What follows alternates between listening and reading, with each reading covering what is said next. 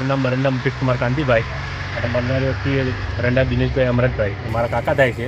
એ કાલે ગઈકાલ સાંજે 11:30 વાગ્યાથી અહીંયા સામેડાથી દેગડમાં રોડ ઉપર જતા હતા અને આ બનાવ બનેલ છે. અને અમે સ્થળ તપાસ કરતાં એવું જાણવા મળે છે કે એક્સિડન્ટનો મુદ્દો લાગતો હતો, પણ અમે જ્યારે અહીંયા આવ્યા તો એવું લાગ્યું કે એમના કપડાં અને બાઇક જોતાં મર્ડર થયું એવો ગુનો લાગે છે અમને. તો અમને ચોક્કસ ન્યાય મળે એવી અમને તમારે પર આશા રાખીએ, પોલીસવાળા પર આશા રાખીએ તો અમને ન્યાય મળે એવું તમે કરો.